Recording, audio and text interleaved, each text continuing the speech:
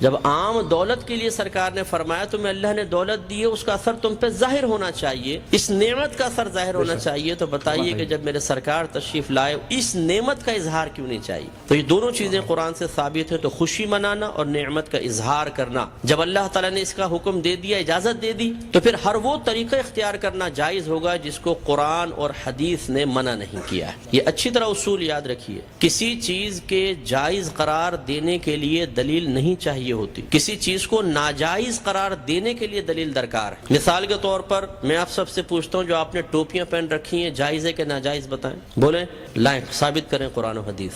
حضرت ثابت کریں کہ ایسی ہری پٹی نیچے اور اوپر سفید ہو، قرآن حدیث سے ثابت کریں. کر سکتے ہیں آپ؟ تو آپ کہیں گے بھی قرآن و حدیث سے اگر میں ثابت نہیں کر سکتا تم یہ بتاؤ کہ یہ جائز ہے ناجائز. اگر کہتے ہو ناجائز تم ثابت کر دو، میں نہیں پہنوں گا. اس طرح آپ نے چشمے پہنے ہوئے ہیں، آپ اس وقت رات کے تقریباً 9:30 بجے یہاں بیٹھ کر بیان سن رہے ہیں، لائٹنگ ہوئی ہے، یہ پکی چھت کے نیچے آپ بیٹھے ہوئے ہیں، میں مائک پہ بیان کر رہا ہوں، آپ اس کو سن رہے ہیں اسپیکر کے ذریعے، تو کیا یہ سب قرآن و حدیث سے ثابت ہے؟ یقینی سی بات ہے کہ نہیں. لیکن کیا یہ منع ہے؟ جب منع نہیں ہے تو پھر جائز ہے. یہ پہلا اصول یاد رکھیے گا. تو اگر کوئی آپ سے کہتا ہے کہ میلاد مصطفیٰ جائز ہے، آپ کہیں بالکل جائز ہے. وہ کہے قرآن و حدیث سے ثابت کرو، آپ کہیں کہ چلو میں بعد میں بولتا ہوں، پہلے تم یہ بتاؤ کہ ناجائز ہے، یس تو تم ثابت کرو. کوئی ایک آیت لا کر ایسی بتائیں، کوئی حدیث جس میں اللہ یا رسول نے فرمایا ہو کہ میلاد مصطفیٰ نہ مناؤ. اور جب اللہ تعالیٰ اس کے رسول منع نہ کر رہے ہوں تو پھر آپ اور میں کون ہوتے ہیں منع کرنے والے؟ بعض کہتے ہیں کہ جی سرکار نے ایسا نہیں کیا، صحابہ کرام نے نہیں کیا، نہ اس کا حکم دیا. یاد رکھیں یہ بھی کوئی قاعدہ ضابطہ نہیں ہے کہ اللہ کے نبی حکم دیں تو ہم کریں، حکم نہ ہو تو نہیں کر سکتے. صحابہ کرام کریں تو ہم کر سکتے ہیں، صحابہ کرام حکم دیں تو ہم کر سکتے ہیں، ورنہ نہیں کر سکتے. یہ کوئی ضابطہ قاعدہ نہیں ہے. اصل چیز وہی ہے جو میں نے آپ کو بتائی کہ اگر اللہ تعالیٰ اس کے رسول نے منع کیا ہے تو منع ہوگا، اور اگر منع نہیں کیا تو بالکل جائز ہوگا. اب میں اس کی آپ کو تھوڑی سی مثالیں بتاتا ہوں. دیکھیں آپ کی مسجدوں پہ گنبد اور مینار بنتے نہیں بنتے؟ آپ پوچھیں، کویسچن کریں، ہر مکتب فکر کی عبادت گاہ کے اوپر گنبد اور مینار ہے. کیا اللہ کے نبی نے اس کا حکم دیا تھا؟ صحابہ کرام نے حکم دیا؟ یا اللہ کے نبی نے بنائے یا صحابہ نے بنائے؟ نہیں، یہ بہت بعد کی ایجادات اور ہر مسجد کے اوپر ہیں. یہ کیسے بدعت اور ناجائز کیوں نہیں ہو جاتے؟ قرآن پاک پہ زبر زیر پیش سرکار کے دور میں نہیں تھا، نہ صحابہ کے دور میں، بہت بعد میں لگے ہیں. 6 کلمے سرکار کے دور میں باقاعدہ اس طرح مرتب شدہ نہیں تھے، یہ بعد میں ہے. ایمان مفصل، ایمان مجمل پہلے نہیں تھی، یہ بعد میں ہے. اور اگر سرکار کے ہی دور کو لے لیں، سرکار نے قرآن کو مجتمع نہیں کیا تھا، صدیق اکبر کے دور میں ہوا ہے. سرکار کے دور میں، صدیق اکبر کے دور میں تراویح 20 رکعت ایک امام کے پیچھے نہیں ہوتی تھی. عمر فاروق رضی اللہ تعالیٰ عنہ نے کی ہے. اور ان پہلے 3 ادوار میں جمعے کی صرف ایک اذان ہوتی تھی جو اذان ثانی کہلاتی ہے. پہلی اذان حضرت عثمان غنی رضی اللہ تعالیٰ عنہ نے ایجاد فرمائی ہے. یہ ایک بازار تھا، وہاں پر ایک مقام زورہ تھا. جب مدینے میں وسعت پیدا ہوئی، اذان ہوتی تھی، دور تک آواز نہ پہنچ پاتی تھی، لوگوں تک اعلان نہ پہنچ پاتا تو آنے میں دیر ہو جاتی تھی. تو پھر آپ نے فرمایا کہ ہم ایک اذان اور شروع کریں گے جو اصل اذان سے جو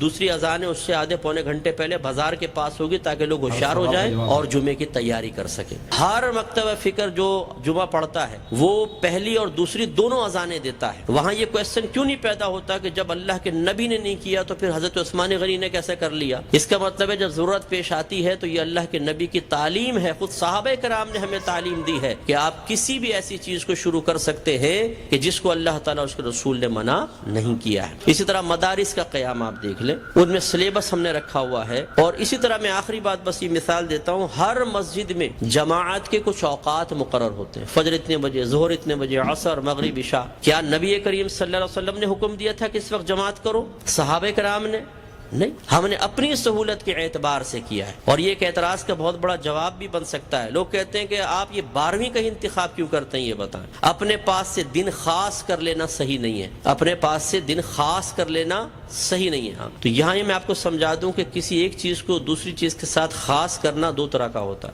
اللہ تعالیٰ اس کے رسول نے خاص کیا تو اسے کہتے ہیں تخصیص شرعی، یعنی خاص کرنا شریعت کی طرف سے. اور اگر اللہ تعالیٰ اس کے رسول نے نہیں کیا، آپ اور میں کر لیں. جیسے ہم بچے کی سالگرہ کے لیے ڈیٹ کرتے ہیں، فکس کرتے ہیں، اس طرح بچی کی شادی کے لیے ڈیٹ ہم آپس میں مشورہ کر کے فکس کرتے ہیں. کوئی تقریب کرنی ہوتی ہے اس کے لیے، اس طرح دارالعلوموں کے اندر سال شروع کرنا آخر کے لیے. اسی طریقے سے مسجد مسجدوں میں جماعت کے اوقات، یہ جو ہم اپنے پاس سے ایک چیز کو دوسرے کے ساتھ خاص کرتے ہیں، اس کو کہتے ہیں تخصیص عرفی۔ تو تخصیص عرفی کو تخصیص شرعی بنانا غلط ہے، کہ مثال کے طور پہ اگر ہم 12ویں کو 12ویں تاریخ میں کر رہے ہیں تو ہم کہیں کہ اسی تاریخ میں ہوگی، اس کے علاوہ نہیں ہوگی، یہ غلط ضرور ہوگا۔ لیکن ایک چیز کو دوسری چیز کے ساتھ خاص کر دینا اگر لازم اور ضروری سمجھ کر نہ ہو اور پھر بھی ناجائز ہو، تو جتنی میں نے آپ کو مثالیں دی ہیں بتائیے، پھر بیٹی کی شادی فکس کرنا بھی ناجائز ہونا چاہیے۔ یہ کوئی دنیاوی معاملہ نہیں ہے، نکاح تو سنت ہے، سرکار نے فرمایا نکاح من سنتی فمن راغب عن سنتی فلیس منی، نکاح میری سنت سے ہے، جو میری سنت سے بے رغبت ہوا وہ مجھ سے نہیں۔ تو اب جب بچی کی شادی کی باری آئے اور دولہا والے پوچھے جی کون سی تاریخ رکھنی ہے، تو کہ خبردار تاریخ فکس کرنا منع ہے۔ تو شادی ہوگی کب؟ بس ہو جائے گی بغیر فکس کیے، کر کے بتائیں پھر ذرا۔ تو یہ مطلب ایک بے وقوفی کی سی بات ہے۔ تو اس لیے جماعت کے اوقات مخصوص کر دینا اور اس سے 1 منٹ بھی آگے پیچھے نہ ہونا۔ امام صاحب اگر 4 منٹ بھی لیٹ ہو جاتے ہیں تو لوگ یوں ٹائم دیکھتے ہیں، امام کہاں گیا، اور پھر جو شور مچتا ہے پوری مسجد کے اندر، کچھ امتحان ہے۔ خود جماعت میں لیٹ پہنچے کوئی بات نہیں، امام صاحب 1 منٹ بھی لیٹ نہیں ہونے چاہیے، بالکل وقت کے اوپر جمعہ شروع ہونا چاہیے، وقت پہ جماعت۔ تو جو ہم نے اپنے پاس سے خاص کیا اس میں کتنی سختی کر رہے ہیں، ہر مکتبہ فکر کرتا ہے۔ تو خلاصہ کلام یہ ہے کہ اللہ کے نبی کی جب یہ میلاد کا موسم آتا ہے، اس قسم کے بہت سارے وساوس ہماری طرف متوجہ ہوتے ہیں۔ اصول بس یہی ہے کہ اللہ کے رسول نے اگر حکم نہیں بھی دیا، کر کے نہیں بھی دکھایا، لیکن منع بھی نہیں کیا، تو ہمارے لیے بالکل اس کے کرنے کی شرعی طور پر اجازت ہے۔ اگر حکم کا انتظار کریں تو پھر ہر چیز کے اندر غلام کو حکم کا انتظار کرنا چاہیے، اور جب آپ حکم ڈھونڈنے کی کوشش کریں گے تو کاروبار زندگی رک جائیں گے۔ ہزارہ چیزیں ایسی ہیں جن میں سرکار کے احکام موجود نہیں ہیں۔ تو بس اصول شرعی ہوتا ہے کہ جہاں سرکار کا حکم موجود نہ ہو، خاموشی اختیار فرمائی ہو، منع نہ کیا ہو، یہ اس کے جائز ہونے کی دلیل ہوتا ہے۔ تو میلاد مصطفیٰ منائیے، الحمدللہ جنہوں نے یہ کیا ہے انہوں نے فیض پایا ہے۔ ابو لہب جیسا شخص آپ جانتے ہیں کافر تھا، سرکار کا چچا تھا، کافر شخص تھا اور بدترین کافر، دشمن اسلام، لیکن جب اس کی لونڈی ثویبہ نے آ کے خوشخبری دی کہ مبارک ابو لہب تیرے ہاں بھتیجا پیدا ہوا، اس نے ہمارے نبی کی خوشی میں آزاد نہیں کیا تھا، اپنے بھتیجے کی خوشی میں کیا تھا، لیکن وہ بھتیجا تھا تو اللہ کا نبی۔ تو اللہ تبارک و تعالی نے اس کو اس برکت سے نوازا کہ جب اس کا انتقال ہوا اور یہ جہنم میں گیا ہے، اس کے خاندان والوں میں سے کسی نے اس کو خواب میں دیکھا تو پوچھا کہ ما فعل اللہ بکا، اللہ تبارک و تعالی نے تیرے ساتھ کیا معاملہ کیا؟ تو اس نے جواب دیا کہ بہت سخت عذاب میں ہوں، لیکن جب میں اس انگلی کو اپنے منہ میں لیتا ہوں کہ جس سے میں نے اپنی لونڈی کو آزاد کیا تھا، تو اللہ تبارک و تعالی اس سے پانی جاری فرما دیتا ہے۔ تو شیخ عبدالحق محدث دہلوی رحمۃ اللہ علیہ فرماتے ہیں لوگوں غور کرو، ایک دشمن تو ہمارے نبی کی خوشی منا کر جہنم میں راحت پائے، تو پھر ہم اگر اپنے حبیب کا میلاد منائیں، ان کی خوشی منائیں تو کتنی راحت پائیں گے۔ اور جب میرے سرکار صلی اللہ علیہ وسلم پیدا ہوئے تو خوشی تو اللہ نے بھی اس کا اظہار فرمایا، خوشی کا اظہار فرمایا، انعامات دیے، مبارکبادیں ہوئیں۔ آپ تاریخ اٹھا کے پڑھیں، جب میرے آقا صلی اللہ علیہ وسلم کی ولادت ہوئی، ہر پرندے اور ہر جانور نے ایک دوسرے کو مبارکباد دی ہے کہ ہمارے نبی پیدا ہو گئے۔ فرشتے ایک دوسرے کو مبارکباد دے رہے تھے، حدیثوں کے اندر موجود ہے، فرشتے مبارکباد دے رہے تھے۔